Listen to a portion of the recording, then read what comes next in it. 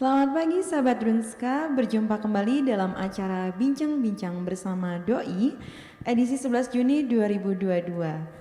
Dalam beberapa waktu ke depan, Ica akan menemani sahabat Drunska berbincang bersama Dr. Agus Joko Susanto, spesialis penyakit dalam, konsultan alergi imunologi, Fellows of the Indonesian Society of Internal Medicine. Selamat pagi Dr. Agus Joko, bagaimana kabarnya dokter?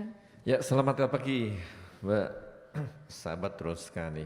Betul. Ini cuacanya begitu apa ya, menggigit, panas-panas gimana gitu loh. Anget mungkin ya dok ya. Hangat, iya sih. Anget-anget dikit. Tapi alhamdulillah sih nggak hujan ya. Semalam kita nggak hujan juga ya. Betul. Semoga pagi nanti kita lihat, semoga sih nanti cuaca juga cerah seperti ini. Betul dok. Secara hatinya Sobat Drunska juga sekalian. Iya, apalagi malam minggu ya dok ya. Oh iya, ini malam minggu ya. Malam minggu berarti malam yang ya malam minggu, Sabtu malam minggu. Iya betul. Malam yang ditunggu ini dok. Baik, semoga sahabat Drunska di rumah juga selalu dalam keadaan sehat ya. Kali ini kita akan membahas tema yang menarik, yaitu lupus dan autoimun yang sudah membuat sahabat Drunska penasaran. Semoga informasi hari ini bisa menambah wawasan sahabat Drunska di rumah.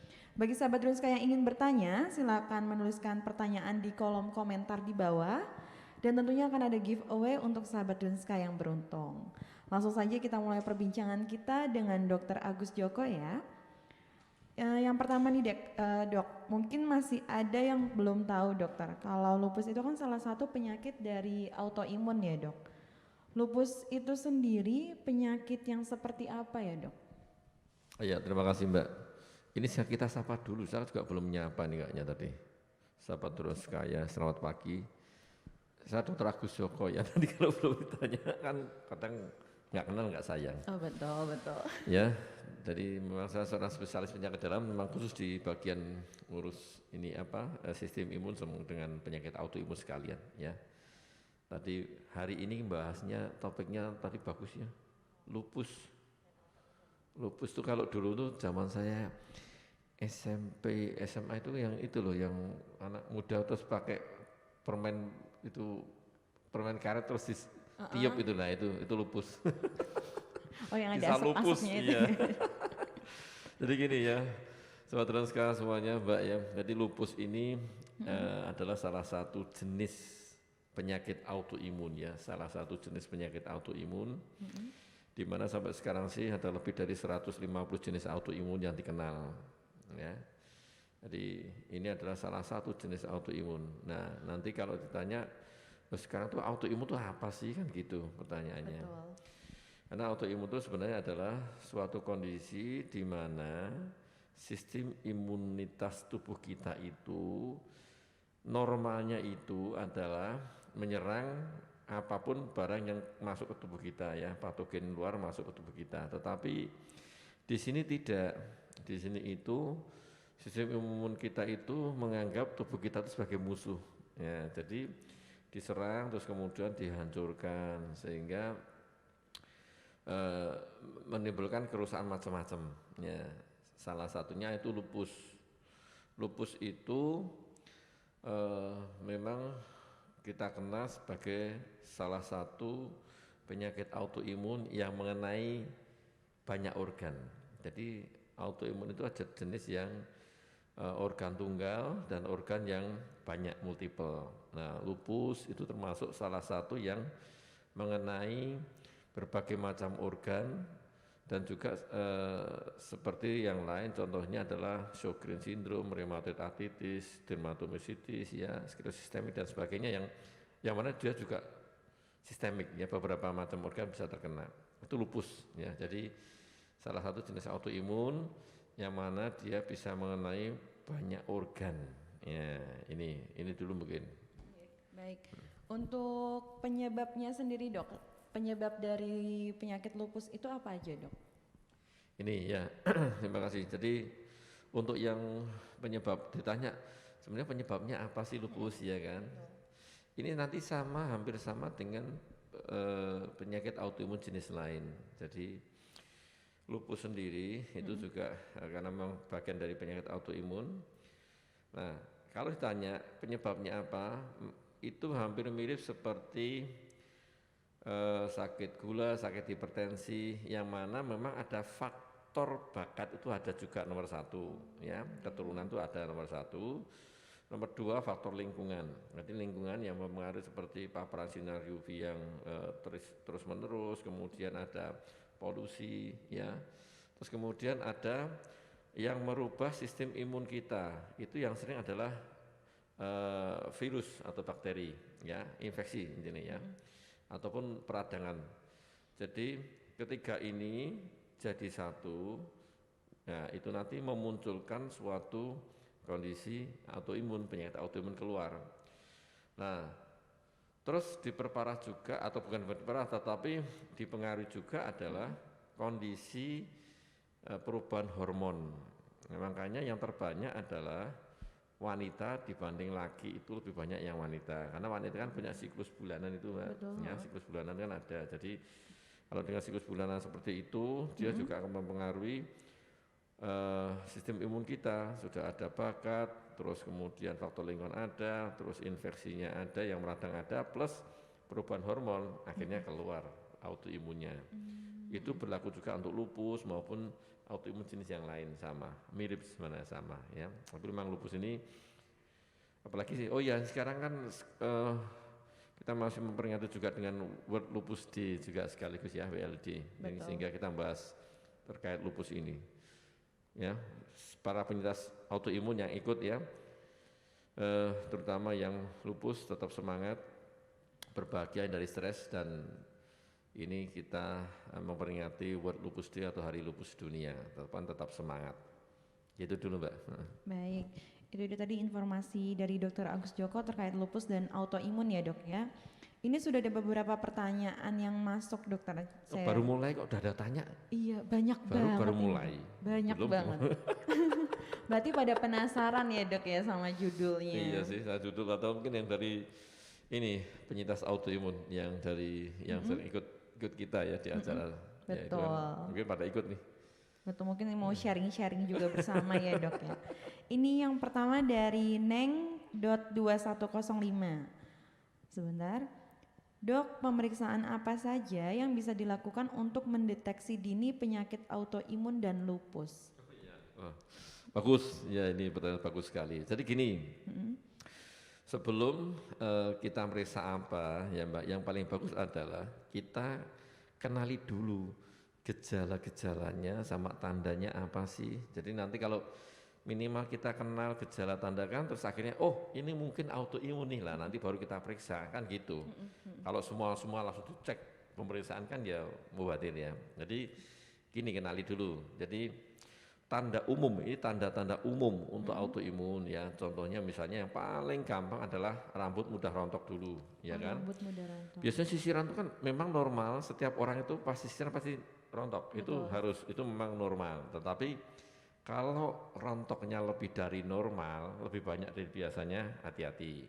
Kedua kali misalnya persendian mudah sakit, terus nyeri, terus mudah lebam-lebam di kulit. Terus mohon maaf, misalnya kalau perempuan tuh menstruasinya sakit sekali, ya, sakit dibanding biasanya, tidak teratur, badannya sering panas, demam, sering semutan, kebas. Nah, itu mungkin bisa sebagai suatu gambaran umum dari autoimun. Nah, kalau seperti itu, kemudian segera periksa. Nanti dokter akan memberikan blanko, ya, pemeriksaan laboratorium apa. Oh, ini memang kemungkinan adanya lupus, bukan adanya autoimun, bukan lupus saja. Kemudian dicek pemeriksaan, namanya bisa untuk screening, namanya itu ANA, pemeriksaan ANA tes itu pemeriksaan screeningnya loh, bukan untuk nanti dengan screening ANA, terus kemudian kalau memang dia hasilnya positif, baru kemudian ada namanya pemeriksaan ANA profil, ya. Perlu diingat, tidak semua autoimun bisa dicek ANA, itu yang penting, ya. Jadi harus paham dulu, tidak semua autoimun lebih dari 150 itu dengan ANA, tes ANA itu tidak bisa mewakili semuanya, sehingga misalnya hasilnya ANA tesnya itu negatif, tetapi tanda-tandanya kok mengarah ke autoimun, itu belum tentu dia bukan autoimun, masih bisa mungkin autoimun, tetapi jenisnya yang di luar yang dari tadi yang anak IF kan anak IF paling cuma beberapa puluh autoimun yang bisa di screening, padahal ada ratus ya. Jadi itu. Jadi pemeriksaannya gejalanya seperti tadi, tandanya itu dulu, baru dipikirkan pemeriksaan penunjang namanya anates tadi, tetapi tidak serta-merta itu semua bisa diwakili dengan anates, gitu Mbak. Baik dokter, sudah terjawab ya untuk pertanyaannya. Selanjutnya dari sebentar, wah banyak sekali ya dok ya. Jangan salah loh, dijawab kayak banding. Operator baru. Selamat sahabat Drone Sky ya, selamat pagi semuanya. Pokoknya tetap semangat lah. Ini mau tanya enggak apa-apa. Ya nanti tetap mohon maaf, nanti kan waktunya terbatas ya. Oke, betul, 1 jam ya dok. Ini langsung saja dari Tora Kuntoro 01. Treatment apa saja sih yang bisa dilakukan supaya bisa survive dalam lupus selain medis dok?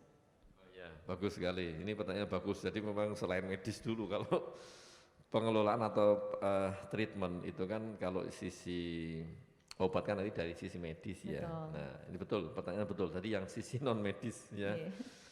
Kalau sisi non medis seperti ini ya. Autoimun ya, ini kalau kita bicara semua autoimun dan ini khususnya di lupus. Lupus lebih spesifik lagi ya. Nomor 1 intinya adalah hindari kecapean ya, kurang tidur malam ya, hindari panas terik matahari yang terlalu sangat ya. Kemudian polusi-polusi itu juga dihindari, banyaklah polusi udara, polusi rokok dan sebagainya. Terus kemudian jangan banyak terlalu lama di ruang yang tertutup kayak gini ya, tertutup, tidak boleh. Terus exercise, olahraga ringan itu tetap dijalankan. Jadi autoimun itu intinya adalah dia lebih sensitif dibanding orang normal. Itu yang harus sahabat Droska harus dipahami ya. Jadi penyakit autoimun itu kondisinya lebih sensitif. Sensitif dalam artian apa? Ototnya lebih mudah meradang, lebih mudah capek, sarafnya juga, tulangnya juga. Sampai hatinya juga lebih baperan loh Mbak. Nanti sensitif, lebih sensitif. Makanya ya kalau mohon maaf, kalau memang sebelum kena autoimun sudah baper, tambah autoimun 2 kali baper berarti. Wah, tahu-tahu nanti nangis sendiri. Setelah nangis sendiri sudah selesai, biasa lagi. Jadi yang perlu dicermati juga itu ya. Dan yang terakhir adalah berbahagialah hindari stres. Ini yang sering saya sampaikan. Karena autoimun itu yang terpenting adalah jangan sampai stres. Kalau stres 100% insya Allah mesti flare ya. Pasti flare nanti. Betul dok. Ini agak sulit sekali ya. Jadi memang sulit. Ini guyonnya seperti ini Mbak, kalau kan banyak kan perempuan yang sakit autoimun kan. Betul. Nah caranya gimana biar tidak stres? Diajak jalan-jalan ke mall selesai. Biasanya kalau ajak ke mall sakit pun diajak ke mall kan masih. Tetapi dia akan sakit lagi kalau pulang dari mall tidak bawa tentengan, lah itu tambah sakit. Oh benar, kalau cuma jalan doang ya dok jalan ya. tuh seneng, pulang nggak ada tentengan langsung sakit lagi. Nah, jadi itu ya Mas ya, jadi salah beberapa yang perlu bisa dilakukan. Jadi pola hidup yang bagus, exercise yang ringan, yang teratur, terus berbahagia dari stres itu yang bisa dilakukan, yang terapi yang non medis ya. Baik. Bisa. Untuk olahraga tadi nih dok, menyambung. Itu untuk olahraga penderita lupus, itu maksudnya ada kayak olahraganya seperti apa, contohnya modelnya seperti apa gitu nggak dok? Atau bisa semuanya? Betul sekali. Nomor 1 gini, mayoritas lupus, penyintas lupus itu adalah sensitif sinar matahari. Sensitif sinar matahari ya. Berarti olahraga apa? Nomor 1 ya hindari sinar matahari dulu nomor 1, karena terlalu sensitif ya. Tetapi sebenarnya autoimun itu memang dianjurkan untuk berjemur, tapi jangan lama-lama, 5 menit sampai 10 menit maksimal ya. Itu pun dilihat, kalau lupus kan dia sensitif, berarti jangan sampai 5 menit 10 menit, pasti flare nanti ya. Dicoba aja sedikit 1 menit 2 menit bagaimana ya. Olahraga yang tidak kena sinar matahari dulu. Yang kedua kali olahraga yang tidak membebani terlalu berat. Jadi ambillah porsi separuh dari orang normal, karena autoimun itu mudah meradang semuanya. Jadi jangan membuat intensitasnya itu mirip dengan orang normal. Betul. Orang normal kuat misalnya olahraga setengah jam, ya berarti penyelesaian autoimun maksimal 15 menit kan gitu. Jadi jangan dipaksa. Yang penting adalah olahraga itu yang penting adalah ritmisnya. Jadi teraturnya seminggu 2-3 kali, tidak usah lama. Yang penting keteraturan ini, ya itu yang terpenting. Mau sepedaan statis, sepedaan keliling kompleks, tapi yang penting adalah hindari sinar matahari terik itu aja. Betul. Ya. Terus mau renang juga bisa, tetapi renang juga harus hati-hati. Kalau sudah kerasa tubuhnya nggak enak, langsung keluar karena dia juga sensitif. Sensitif panas, sensitif udara dingin, nah sensitif air dingin ya, kolam air hangat itu mungkin enak ya. Jadi seperti itu. Jadi memang olahraga itu yang terbaik adalah untuk yang autoimun adalah porsinya jangan sama dengan orang normal, itu nomor satu. Terus ritmis, kemudian teraturnya continuous ya, dilakukan seminggu 3 kali, durasinya tidak usah lama-lama, 10 menit, 15 menit, sudah itu cukup bagus.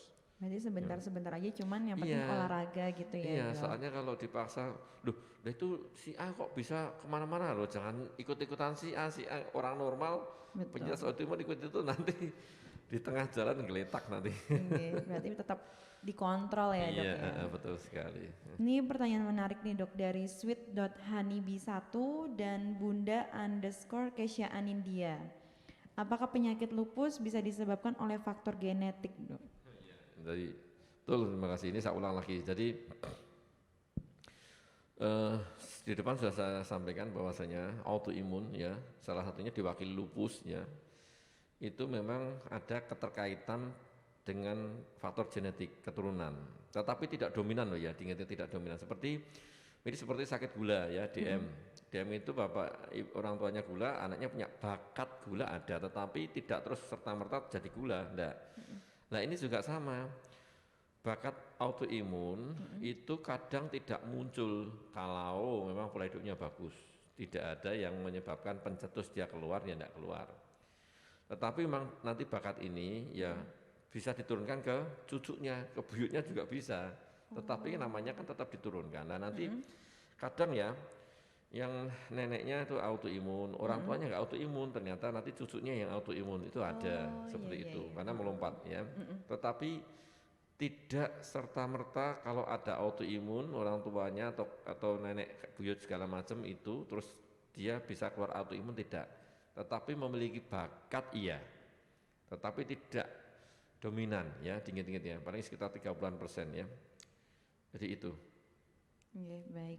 Selanjutnya dari Lucky_0908. Dok, suplemen vitamin apa saja yang aman dikonsumsi penderita lupus dan autoimun? Ya, ini suplemen pertanyaan bagus ya. Terima kasih ya Mbak Lucky ya.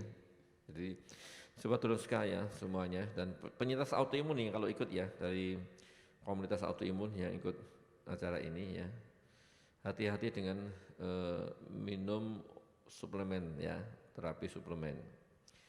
Intinya ya, autoimun terutama lupus ya, itu yang memang tidak direkomendasikan adalah tambahan atau suplementasi yang bersifatnya itu imunomodulator yang bisa memodulasi sistem imun tubuh ya. Ada memang beberapa suplemen yang beredar itu kan yang dia itu fungsinya adalah memodulasi atau membuat sistem imun kita itu dinaikkan ya. Itu untuk autoimun tidak boleh ya, tidak direkomendasikan. Karena apa? Karena ditakutkan nantinya si autoimun tadi itu flare, karena kan dimodulasi ya. Kalau ditanya paling aman, salah satu yang aman apa ya, paling gampang ya vitamin D, vitamin E ya. Terus kemudian yang multivitamin ini memang masih relatif aman dengan mineral, misalnya mangan, singkum, ya zinc, terus magnesium itu masih aman untuk yang autoimun ya, atau dengan minyak omega 3 itu juga masih aman. Tetapi untuk yang suplemen yang dia fungsinya imunomodulator itu tidak direkomendasikan. Gitu ya. Baik. Selanjutnya dari Ria Ayu Pariono. Pagi dok, saya rutin minum imun supresan. Bagaimana kalau kita baru terkena flu, batuk, imun kita mungkin menurun. Nah ini apa harus berhenti sementara dulu di waktu flu? Karena kalau tidak minum imun supresan sendi sakit. Ya, terima kasih ya. Jadi kalau ditanya untuk sobat semuanya yang penyintas autoimun semuanya penyintas ya. Jadi kalau ya Anda semua itu yang sudah rutin minum obat untuk mengontrol kondisi autoimunnya. Kalau terjadi sakit ya obat rutin jangan di stop, obat rutin tetap dijalankan dulu. Terus kemudian ditambahkan obat-obat yang nantinya untuk mengontrol yang penyakit tambahan tadi, komorbidnya tadi, itu tetap ya. Soalnya nanti kalau kita nyetop ya berhenti obat-obatan itu di stop, kemudian kita hanya memberikan obat-obat yang tambahan untuk penyakit komorbid, otomatis mungkin komorbidnya agak membaik tapi ini flare kan sama aja. Jadi tidak apa-apa. Yang terpenting adalah diingat-ingat autoimun itu jangan sampai kecapean nomor satu. Tidak boleh capek, tidak boleh kurang tidur, istirahatnya cukup, hindari stres. Itu nomor satu. Itu diingat dulu. Soalnya kalau hanya bergantung dengan obat, nanti kalau obatnya udah minum rutin, dok kenapa saya minum obat rutin terus ditambah sumber segala macam kok tetap masih anu lah, lihat aja pola hidupnya kan gitu. Bagaimana tidurnya, bagaimana aktivitasnya, makan minumnya ya. Terus pikirannya itu bisa rileks hendaknya, itu kan juga mempengaruhi semuanya. Jadi tetap diteruskan ya. Jadi kalau yang ada, terus gini, ya untuk sobat teruskan dan penyintas autoimun sekalian, kalau sebagai penyintas itu harus mengerti bahwasanya tubuhnya itu atau rentan sakit ya. Makanya kalau ada yang orang sakit batuk pilek ya dihindari, atau yang sakit batuk pilek suruh menghindar atau kita yang menghindar kan gitu. Atau pakai masker minimal ya. Jadi tidak tertular karena lebih mudah tertular dibanding orang normal ya. Jadi hati-hati. Gitu aja. Baik, berarti untuk penderita lupus tuh lebih gampang tertular penyakit lain gitu ya dok ya? Oh baik. Ini selanjutnya dari Wina Asri 4. Pagi dok, saya penyintas autoimun salah satu lupus dok. Dan sekarang sudah banyak komplikasinya. Gimana cara untuk mencegah komplikasi biar nggak flare? Ini sama nih pertanyaan memang sama. Jadi pokoknya untuk yang sobat turun keadaan penyintas autoimun ya. Jadi ini sama sebenarnya berlaku untuk semua penyakit sebenarnya ya. Betul. Jadi kalau misalkan kalau yang sobat turun yang bukan penyintas kan biar paham juga. Jadi yang mohon maaf misalnya punya yang ada sakit gula, sakit tensi, sakit asma kan juga nanti sama. Kontrol ya, semuanya penyakit itu sebenarnya bisa dikontrol dengan pola hidup kita dulu ya. Jadi jangan mikir harus dikontrol dengan obat, jangan dulu. Itu tadi pertanyaan tadi yang pertama tadi kan bagus dulu. Jadi yang non medis dulu itu dijalankan dulu. Fungsinya adalah mengontrol selain obat. Ya, saya ulangi tetap apapun semua sama. Baik penyintas autoimun, DM, ya hipertensi, asma maupun sakit ginjal, jantung itu sama. Nomor satu adalah bagaimana kita merubah pola hidup kita, mulai dari makan minumnya, tidurnya, ya, kecapean hendaknya, exercise-nya, itu semua ditaati sama hatinya, pikirannya itu, ya, baru nanti dibantu juga dengan obat. Harapannya kalau dengan non medis ini bisa dijalankan dengan baik, itu terapi medisnya itu minimal, jadi enggak perlu obat yang banyak. Jadi tujuannya seperti itu. Jadi nanti kan gini, Mbak, kalau autoimun itu kan dia suatu kondisi di mana enggak bisa sembuh, dia bisanya terkontrol, ya, sama dengan DM. Berarti kalau seperti itu, ya mohon maaf itu yang penyintas autoimun ya. Ini kan berarti harus minum obat setiap hari seumur hidup. Nah, yang namanya minum obat setiap hari seumur hidup kan bosen ya pasti ya. Saya enggak ya rak maidul lah ya, jadi enggak. Jadi pasti bosan. Tetapi ya dilihat sisi baiknya aja. Misalnya saya kalau enggak minum obat pasti nanti saya sakit, saya flare ya kan macam-macam gitu loh. Jadi diambil hikmahnya itu aja. Itu ya Mbak Win. Jadi berbahagialah dari stres, itu pesan saya.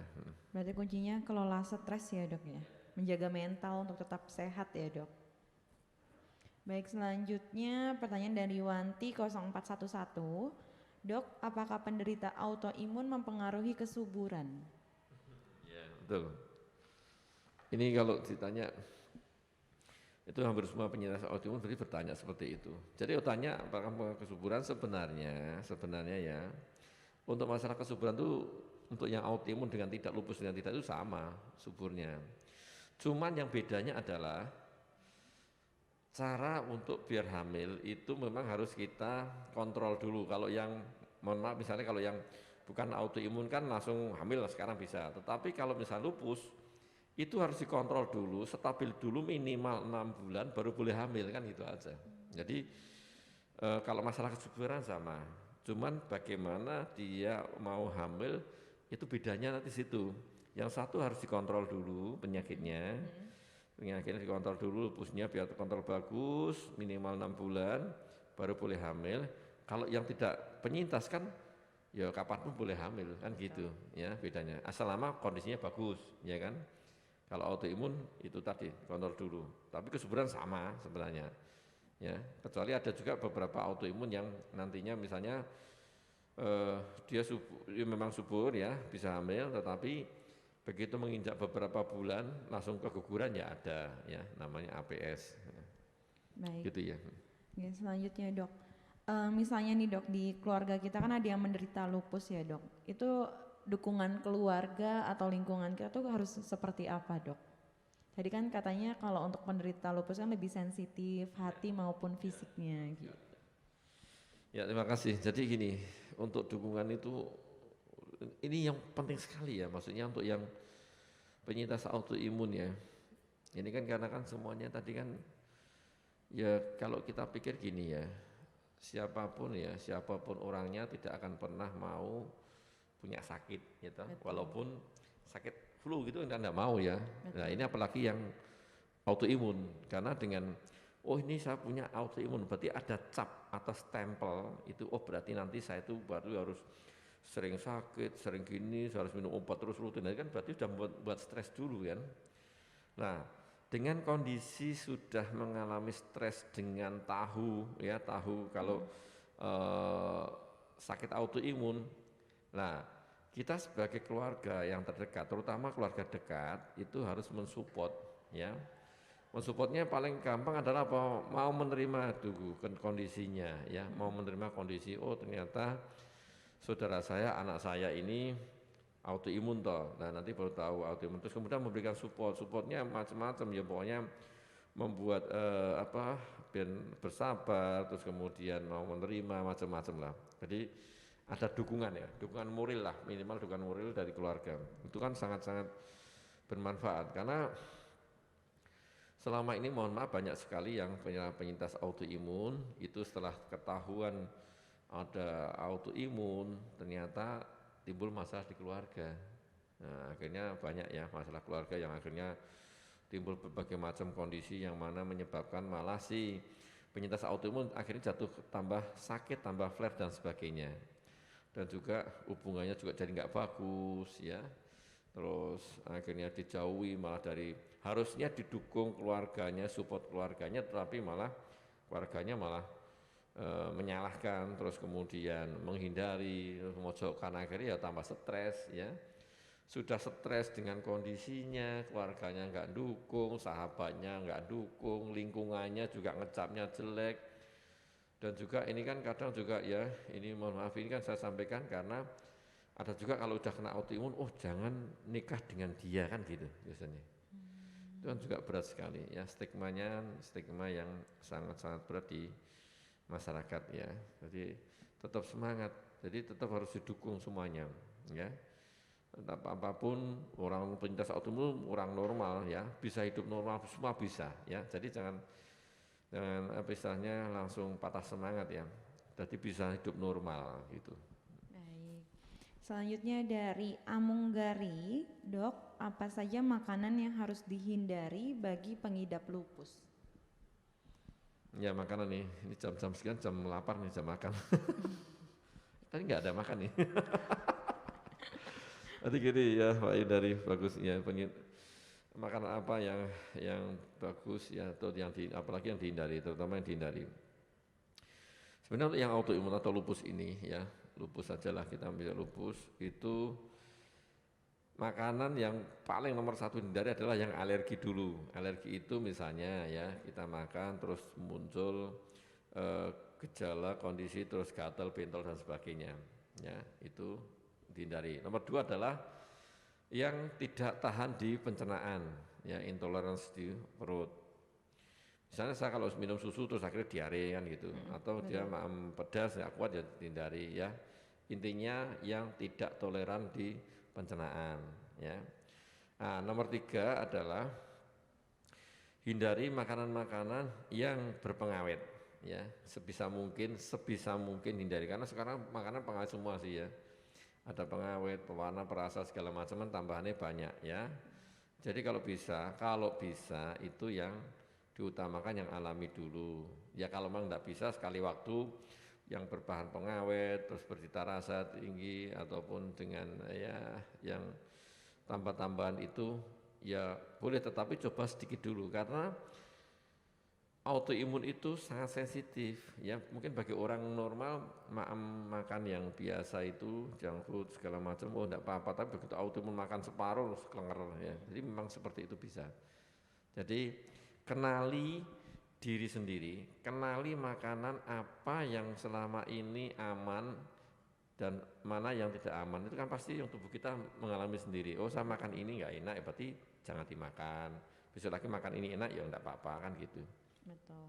Kalau ditanya nanti gluten gimana, roti biasanya gitu kan. Sebenarnya gluten itu boleh ya untuk yang autoimun. Tetapi tetap dicoba dulu sedikit dulu, terus dirasakan ke tubuh, ke pencernaan. Kalau yang tidak boleh roti sama sekali gluten kan hanya satu, celiac disease, penyakit celiac.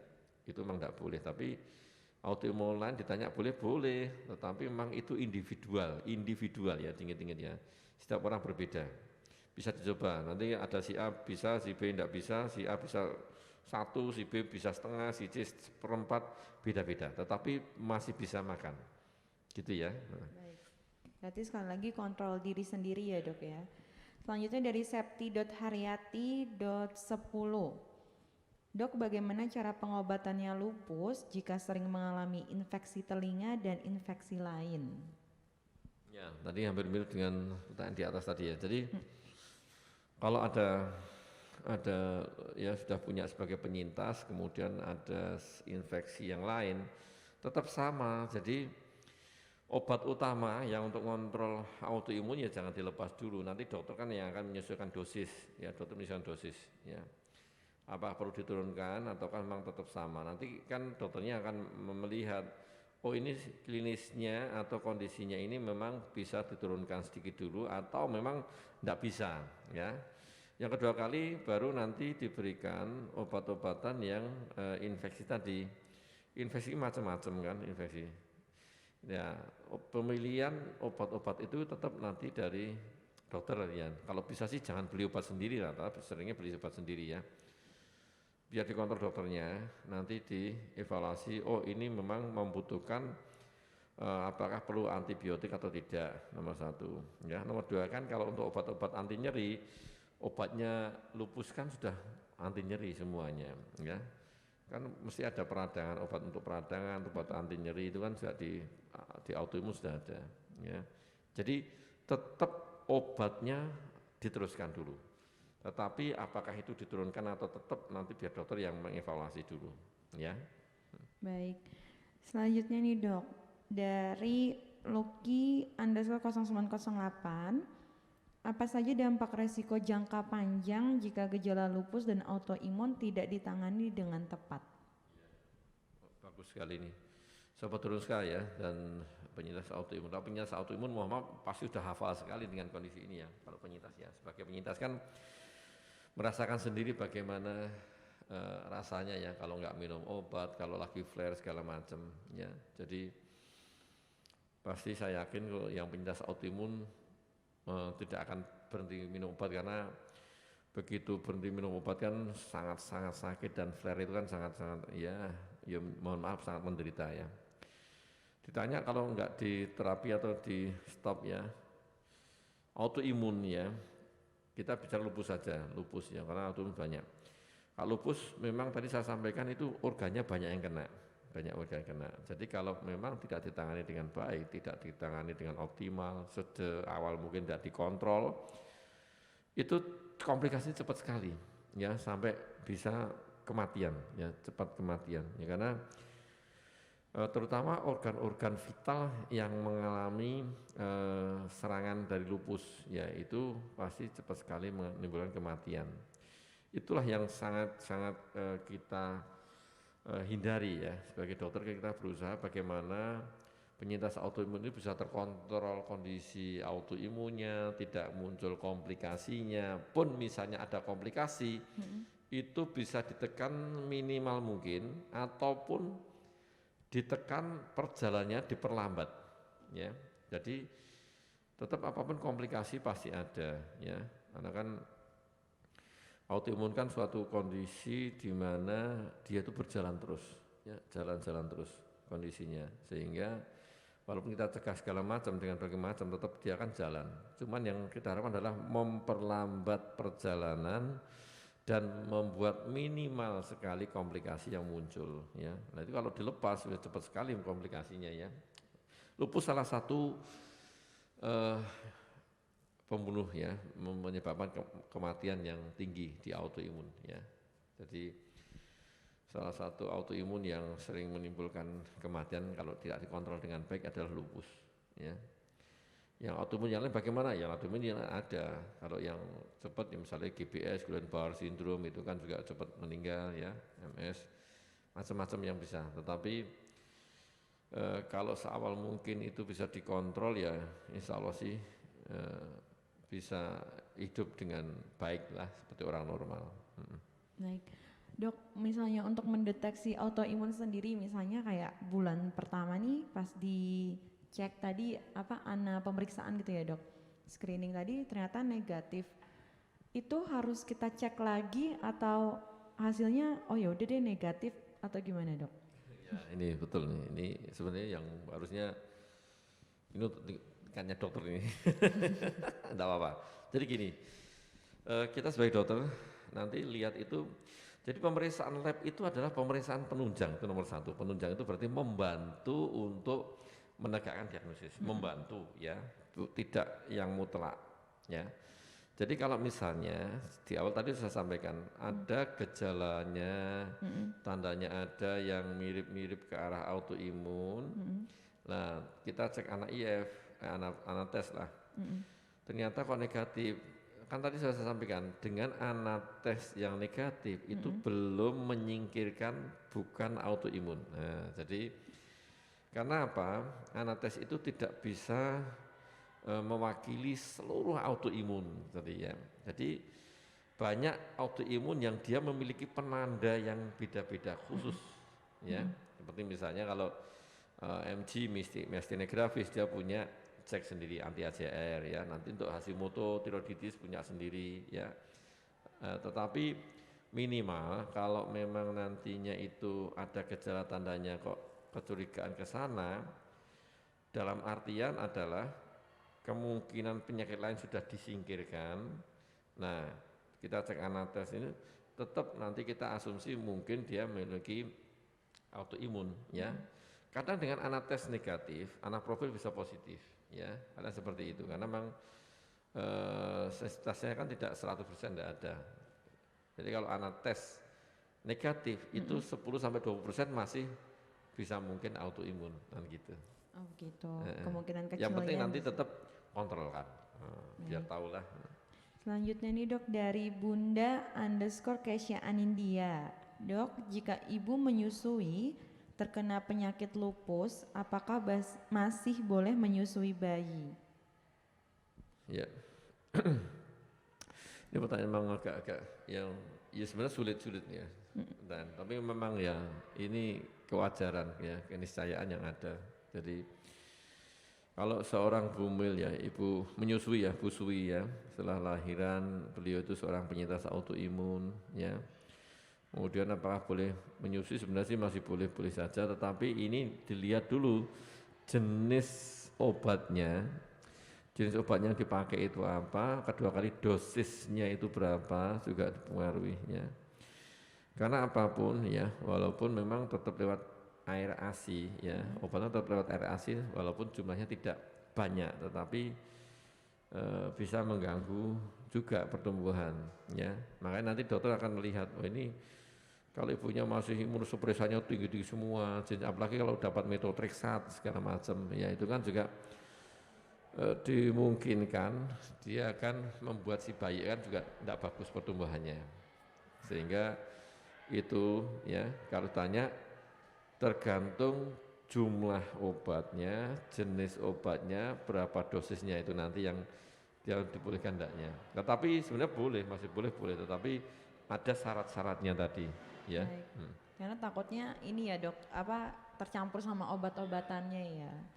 Tetap lewat air ASI kan ada walaupun dosisnya kecil ya. Baik.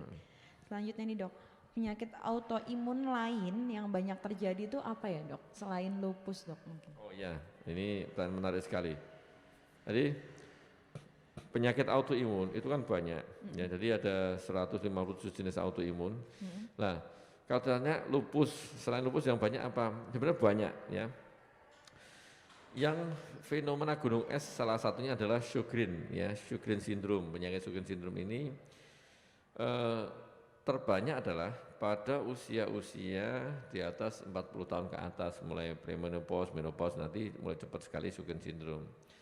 Ya, terus kemudian penyakit yang autoimun jenis yang di kulit, kadang dikira panu ya, ternyata dia itu autoimun walaupun memang tidak mematikan, tidak berat ya, ada namanya vitiligo. Vitiligo yang bercak putih-putih itu yang banyak itu kan juga sebenarnya autoimun, ya kan? Ada autoimun. Terus juga kalau yang sering juga kita dapatkan di keseharian itu biasanya yang mengenai apa itu persendian, ya, rematik, ya, penyakit rheumatoid arthritis itu juga sering didapatkan di keseharian. Ya, ada lupus, ada Sjogren, ada rheumatoid arthritis, ya. Terus kemudian autoimun jenis kulit itu memang juga sering didapatkan. Tapi tendensinya ke sini itu semakin hari semakin banyak nih autoimun yang dideteksi ya, dengan berbagai macam jenis autoimun yang ada, yang bisa mengenai darah ya, otot, ada jantung, ada paru segala macam bisa ya. Ada yang kelenjar-kelenjar juga kena, kelenjar kondok macam-macam bisa sekarang ya. Baik. Selanjutnya nih dok, untuk lupus sendiri atau autoimun itu bisa diderita oleh anak-anak nggak ya dok? Bagus, jadi sebenarnya kalau tanya apakah bisa diderita oleh anak, semua autoimun bisa, mulai dari anak sampai orang tua ya, lanjut bisa. Cuma nanti biasanya jenisnya yang berbeda, jenis-jenisnya beda. Kalau tanya lupus bisa, anak-anak kecil bisa. Anak kecil bisa, tetapi autoimun itu kan tadi sudah saya sampaikan di depan, salah satu yang mencetuskan adalah kalau dia sudah ada perubahan hormon ya. Kalau perubahan hormon apa? Menstruasi ya, jadi seperti itu. Misalnya kalau menstruasi aktif berarti kemungkinan untuk terkena autoimun jenis apapun itu besar ya, jenis apapun besar. Tapi dengan tadi ada bakat, ada punya bakat dulu, punya faktor lingkungan, punya faktor infeksi, inflamasi dan sebagainya itu jadi satu ya. Tetapi untuk yang di sebelum menstruasi itu katanya ya bisa sih bisa, tetapi lebih jarang terkena karena kan belum ada perubahan hormon ya. Baik dok, ini ada pertanyaan menarik dok, sebelum pertanyaan terakhir ya. Dari Meita Tri, dokter, hasil anak IF saya di tahun 2020 positif autoimun Sjogren syndrome. Saya sudah rutin berobat di RSDM, semakin hari badan saya terasa lemas. Adakah selain obat fisioterapi ada atau tidak ya dok? Fisioterapi, oh enggak ada. Selain obat fisioterapi gitu. Selain obat. Oh gini, tadi siapa dari Mbak Meita ya, terima kasih. Ini Mbak Mei ya. Untuk Sobat Drunska dan penyintas autoimun sekalian, jadi ini Mbak Mei kan mengalami suatu kondisi Sjogren ya, kalau memang betul Sjogren ya, Sjogren syndrome ya. Sjogren syndrome itu mirip dengan lupus, jadi dia itu bisa mengenai berbagai macam organ selain organ mata dan organ di mulut, ya. Tapi organ lain bisa terkena juga, mengalami kelemahan otot dan sebagainya bisa. Nah, ini yang perlu diingat adalah Sobat Drunska dan penyintas autoimun. Seseorang dengan penyintas autoimun itu jarang sekali hanya satu jenis autoimun, ya, minimal 2, 3 atau lebih autoimun dalam satu tubuh. Dalam satu tubuh banyak, tidak hanya satu. Bisa nanti dievaluasi, ya. Takutnya adalah Mbak Mei ini selain Sjogren, beliau ini juga bisa memiliki autoimun jenis lain, bisa satu. Yang kedua kali adalah adekuasi minum obatnya yang mungkin enggak pas, ya, dalam artian apa sering lupa atau dosisnya yang kurang, ya, jenisnya juga perlu ditambah.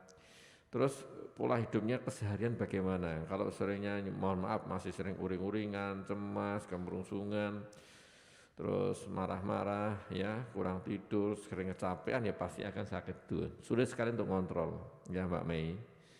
Dan juga nanti perlu dievaluasi juga ini Mbak Mei, labnya, ya, terkait masalah HB-nya, fungsi ginjalnya, fungsi hatinya, ya, harus dievaluasi karena kan terkait masalah satu dari autoimunnya, kedua kali dari penggunaan obat yang jangka panjang ini.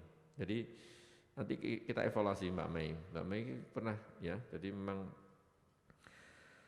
ini pernah ketemu saya belum ya di RCM? Lupa atau di mana, ya. Jadi itu ya Mbak Mei, ya, 2020 ya, lama ya. Oke, 2020. Setelah Anda Covid 2 tahun nih. Terus apalagi kalau ini Mbak, ya. Jadi Covid itu memang salah satu menurut saya memang virus yang sangat kuat sekali, ya. Jadi saya punya pasien beberapa itu dengan ya tetap punya bakat dulu.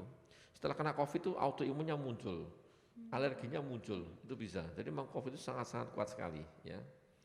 Nah, penyintas autoimun yang terkena Covid itu orang normal, ya, orang normal kena Covid itu gejalanya sisa itu aja bisa sampai setahun 2 tahun mungkin belum hilang. Apalagi seorang penyintas autoimun. Penyintas autoimun kena Covid itu gejalanya yang seseknya, lemahnya, capeknya itu bisa bertahun-tahun itu. Ini yang kita medis-medis, para medis saja yang kena Covid sudah 1 tahun saja masih sering kadang ngeluhkan ya mudah capek, mudah lelah dan sebagainya, seseknya. Apalagi penyintas autoimun. Makanya hati-hati, ya, jaga kondisi. Berbahagia dari stres itu mesti saya sampaikan, itu penting sekali karena kalau kita udah lakukan macam-macam tapi bawaannya cuma stres terus, bawaannya marah-marah terus, dimarahi terus, ya. Nah itu kan terus ya susah terkontrol, ya, akhirnya jadi flare terus. Flare-nya tiap autoimun beda-beda, ono sing capek, ono sing lemes segala macam, ya. Gitu ya Mbak Mei. Baik, pertanyaan terakhir ya Dok, bagaimana mencegah penyakit autoimun dokter? Pertanyaan bagus, memang sulit jawabnya. Cuma kalau untuk mencegah itu memang sulit, karena apa? Teorinya gampang, prakteknya yang susah. Itu sebagaimana cara mencegah, seperti mencegah DM, hipertensi itu kan juga teorinya sih gampang gini, tapi kenyataannya wong enak kok gitu. Nah, ini untuk yang autoimun diingat, ya. Nomor 1 tetap, ya, untuk sahabat Drunska, ya, terus kemudian dan penyintas autoimun kalau bisa kena, ya nanti mohon maaf untuk yang sudah penyintas autoimun, untuk putranya, ya, putranya diajarkan pola hidup yang baik dulu, pola hidup yang baik, ya, kalau bisa, karena apapun kalau orang tuanya sudah ada autoimun, anaknya, putranya itu mesti punya bakat autoimun walaupun belum begitu, tidak manifest, ya, tidak terus serta-merta muncul, enggak, tapi punya bakat. Nah, untuk yang punya penyintas autoimun, ya cara biar enggak kena yang putra-putrinya itu, ya pokoknya dibuat bagaimana cara membuat ya, hidupnya anak itu tidak stres, terus berbahagia, terus pola makan yang bagus, minum yang bagus, istirahat yang cukup, ya. Terus hati-hati misalnya anak punya putra terus atau putrinya tahu-tahu kok mudah memar, ya, mudah capek. Biasanya enggak kok, sekarang mudah capek, hati-hati karena mungkin autoimunnya mau keluar, ya. Nanti makanya itu salah satu kondisi. Kalau untuk yang orang normal, ya pola hidup yang bagus sama dengan orang DM, itu sakit autoimun itu dengan DM hipertensi ya mirip. Berarti Kalau pola hidupnya bagus, ya insya Allah tidak akan keluar. Kalau pola hidupnya aneh-aneh segala macam, ya bisa muncul autoimun yang sering dugeman, sering ngerokok, sering alkohol, ya macam-macam. Apalagi tambahi obat-obatan, nah itu bisa muncul. Ya, jadi ini mungkin gampang diucapkan tapi sulit sekali. Ya, sulit. Saya yakin sulit sekali. Betul, Dok. Tidurnya kurang. Di sini kerja terus stres. Kejar tayang stres, ya sama aja. Jadi ya sebenarnya sih gampang diucapkan tetapi sulit, ya. Tapi tetap kita mau tidak mau tetap berusaha, ya, berusaha untuk menjalankan ikhtiar dulu, ya. Teman tetap semangat. Baik, terima kasih Dr. Agus Joko. Selanjutnya informasi untuk sahabat Drunska. Penting banget nih untuk sahabat Drunska yang hendak periksa ke rumah sakit, nggak usah khawatir karena Drunska tetap aman. Sahabat Drunska bisa melakukan pendaftaran secara online dengan menggunakan aplikasi Drunska Mobile yang kini terdapat fitur kotak saran, pengumpulan dan redeem point, serta pengecekan hasil laboratorium dan radiologi.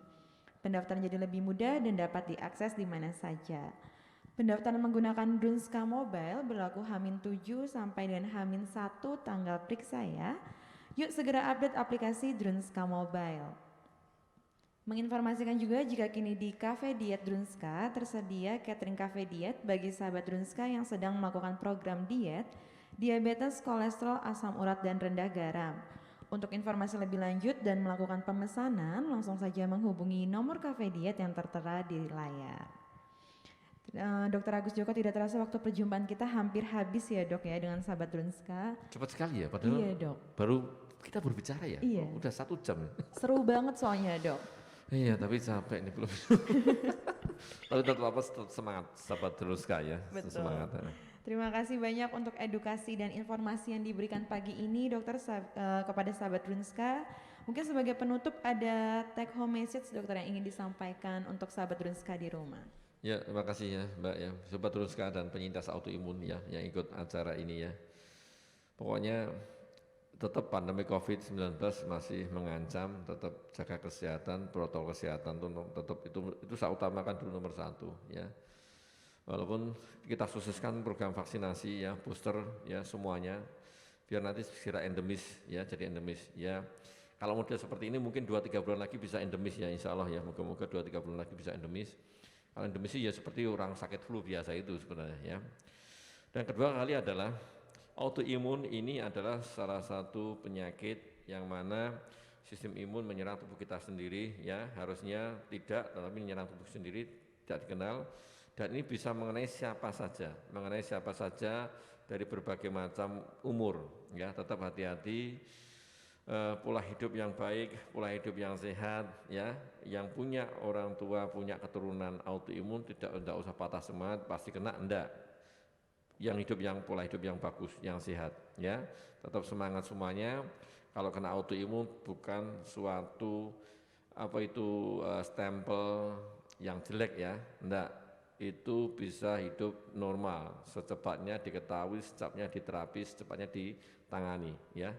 Terus yang terakhir adalah berbahagialah hindari stres untuk semuanya ya. Terima kasih. Baik, terima kasih Dr. Agus Joko. Terima kasih juga untuk semua sahabat Drunska yang sudah setia mengikuti dari awal hingga akhir. Pemenang giveaway akan diumumkan besok melalui postingan IGTV. Jadi stay tune di Instagram @drunska. Selamat melanjutkan aktivitas dan selamat berakhir pekan bagi sahabat Drunska sekalian. Jangan lupa tetap mematuhi protokol kesehatan, menjaga kebersihan dan selalu jaga kesehatan. Kita berdoa bersama agar wabah virus corona ini segera berakhir. Drunska tetap aman untuk Anda, sampai jumpa di acara Bincang-Bincang sama Doi selanjutnya.